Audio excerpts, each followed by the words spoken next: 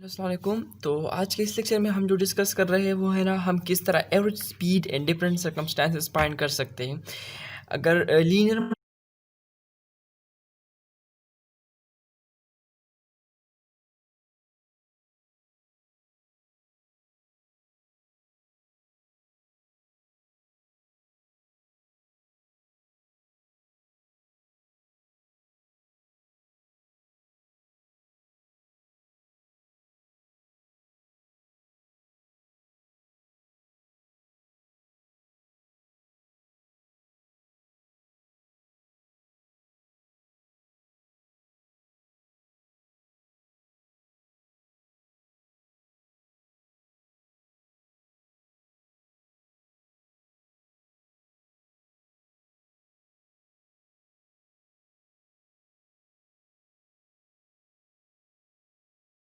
Find कर सकते हैं, तो अभी आपको इसका जो वी एवरेज होगा स्पीड और वेलोसिटी बराबर होगा S1 plus S2 plus S3 and so on. हमें नहीं पता कि कितने डिस्टेंस हमें क्वेश्चन में गिवन है, divided by T1 plus T2 plus T3 so on.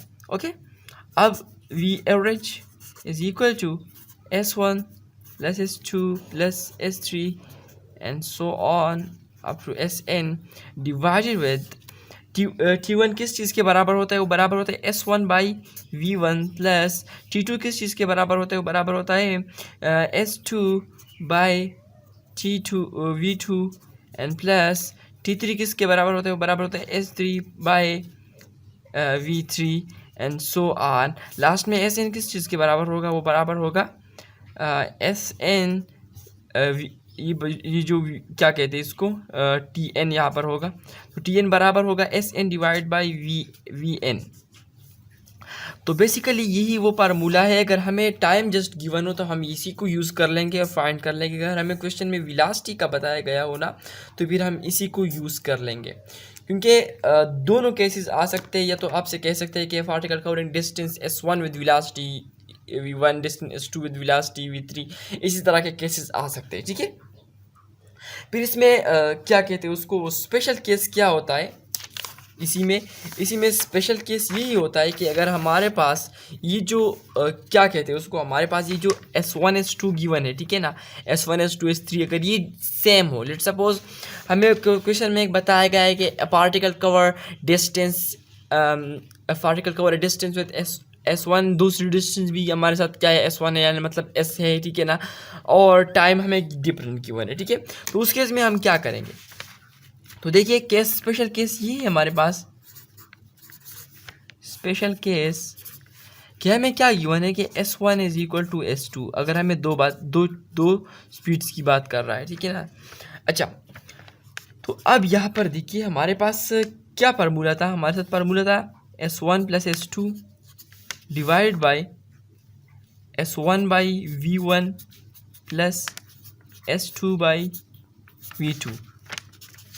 तो अब यहाँ पर अगर हम पुटिंग करें S1 प्लस S2, तो ये हमारे साथ आ जाएगा S प्लस S, तो ये 2S बन जाएगा, डिवाइड बाई ये भी S होगा, तो S हम इसको इससे कॉमन ले लेंगे, तो 1 over V1 plus 1 over V2, S cut जाएंगे एक दूसरे के साथ, तो ये हमारे साथ आ जाएगा 2 by 1 over V1 plus 1 over V2। तो इसका अगर हम नीचे LCM ले लें, तो LCM का शॉर्ट ट्रिक यहाँ पर यही है ना कि अगर हम इसको फाइंड करें, इसको सॉल्व करें, तो इस V2 को इसके साथ मल्टीप्लाइड करें तो ये हमारे साथ V2 आ जाएगा, इस V1 को इसके साथ मल्टीप्लाइड करें तो हमारे साथ क्या आ जाएगा, V1 आ जाएगा, डिवाइड बाय इन दोनों को सम करेंगे V1 प्लस V2, ठीक है ना।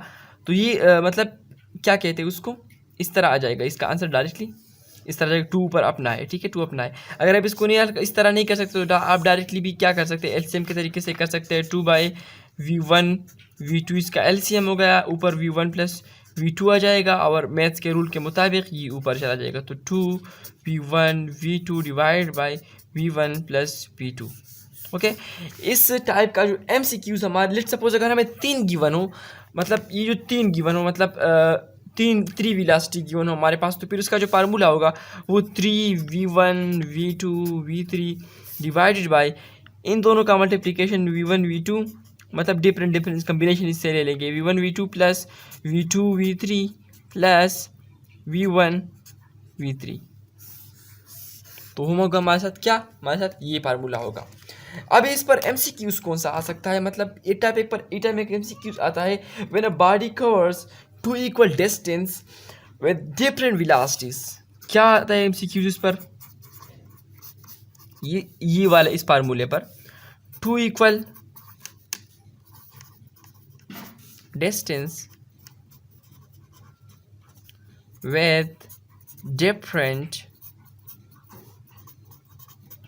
velocities।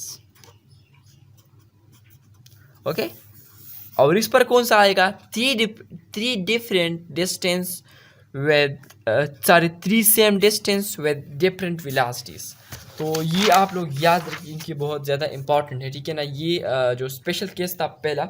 अब हम दूसरे केस की तरफ जाते हैं, ठीक है ना। ये तो हो गया हमारा फर्स्ट केस हो गया हमारा, ठीक है। अब दूसरा केस हमारे पास क्या है, ये देखिए, ये है हमारे पास। इसमें क्या कहा गया है, इसमें हमसे कहा है कि bodies with different speed and different interval of time. First case में क्या था, ए particle cover different distance and different time. अब यहाँ पर क्या है, bodies different speed and different interval of time. वहाँ पर डिफरेंट डिस्टेंस को कवर किया गया था विद डिफरेंट टाइम। अब यहाँ पर जो केस है हमारे पास, bodies with different speed and different interval of time. इसको आप लोग याद रखिए। इस पर MCQ इस तरह आ सकता है कि body with velocity v1 and time t1, v2 and time t2, v3 and time t3 and so on, then average velocity find करना है। अब इस MCQs में स्पीड का कहीं भी जिक्र नहीं है, हमें स्पीड का नहीं बताया गया है। इस MCQs में स्पीड का बताया गया था, इसमें हमें स्पीड का नहीं बताया गया है, हमें जो वेलोसिटीज है उसका नहीं बताया गया है, ठीक है ना। वेलोसिटी v1 क्या सॉरी, इसमें डिस्टेंस का नहीं बताया गया है, इसमें डिस्टेंस का बताया गया था। इस बात को आप लोग याद रखिए, ओके। अच्छा, इसमें हमें क्या गिवन है, इसमें हमें वेलोसिटी और टाइम गिवन है। इसमें हमें क्या कहते हैं, डिस्टेंस और टाइम गिवन था, डिस्टेंस और वेलोसिटी। इसको आप डिस्टेंस और वेलोसिटी भी कह सकते हैं, और इसको आप वेलोसिटी और टाइम कह सकते हैं, ठीक है। अब इसको हम किस तरह सॉल्व कर सकते हैं, ये हमारा सेकंड केस है, ठीक है ना। तो इसका जो फार्मूला होगा हमारे पास, वो होगा, क्या कहते हैं उसको, V average is equal to V1 T1 plus V2 T2 plus V3 T3 and SN VN, okay. मतलब VN TN हम लास्ट तक जा सकते हैं। यहाँ पर क्या होगा, यहाँ पर T1 plus T2 plus T3 ये आएगा। ये कैसे आएगा, सिंपल सी अगर आप इसको याद रखना चाहें, ठीक है ना। तो पहले वाले फार्मूले में हमें क्या गिवन था, पहले फार्मूले को अगर हम यहाँ पर देखें तो यहाँ पर पहले फार्मूले में S1 plus S2 plus S3 plus SN था। तो इस S को हमने VT से रिप्लेस कर दिया।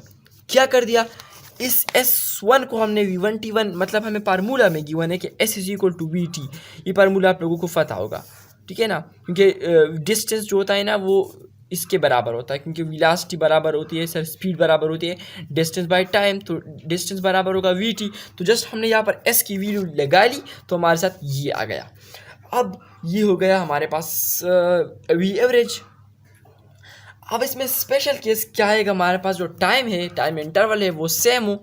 इन्होंने अगर V1 वेलोसिटी है वो भी 2 सेकंड में किया है, V3 वेलोसिटी भी 2 सेकंड में, मतलब वो जो टाइम है वो सेम है। तो फिर हमने क्या करना है, जब T1 is equal to T2 is equal to T3 and so on, मतलब Tn is equal to T, ये सब T के बराबर हो, मतलब सेम हो। तो फिर हमने क्या करना है, फिर हमने क्या कहते हैं उसको, यहाँ पर ये बन जाएगा हमारे साथ V1T plus V2T plus V2T plus V3T and so on and to VNT divided by ये TT हो जाएगा, ठीक है ना, मतलब NT होगा। ये क्या होगा, ये NT होगा। और यहाँ पर हमारे पास क्या होगा, T से ऊपर कॉमन ले लेंगे तो V1 plus V2 plus V3 and so on VN divided by NT। तो यहाँ पर ये फार्मूला देखिए, ये फार्मूला TT तो कैंसिल हो जाएंगे, ठीक है ना, कट गए, TT कट गए। तो V1 plus V2 plus V3 plus up to VN divide by N, okay. तो लेट सपोज अगर हमें दो वेलोसिटीज गिवन है, ठीक है ना, तो दो वेलोसिटीज गिवन है तो हमें v1 plus v2 divided by 2। अगर 3 वेलोसिटी गिवन है v1 plus v2 plus v3 divided by 3। इसी तरह तो आपने जस्ट इसको पहचानिए कि हमें क्वेश्चन में क्या गिवन है, ठीक है। अगर आप क्वेश्चन को समझ जाते हैं तो क्वेश्चन में हमसे क्या मांग रहे हैं तो फिर बहुत ईजी लगेगा। ये एक छोटी सी बात है, ठीक है ना, आप लोगों को पता भी होगी। तो वो है स्लोप और जो एरिया हमारे ग्राफ्स होते हैं, ठीक है। लेट्स सपोज हमारे पास ग्राफ्स है, ठीक है।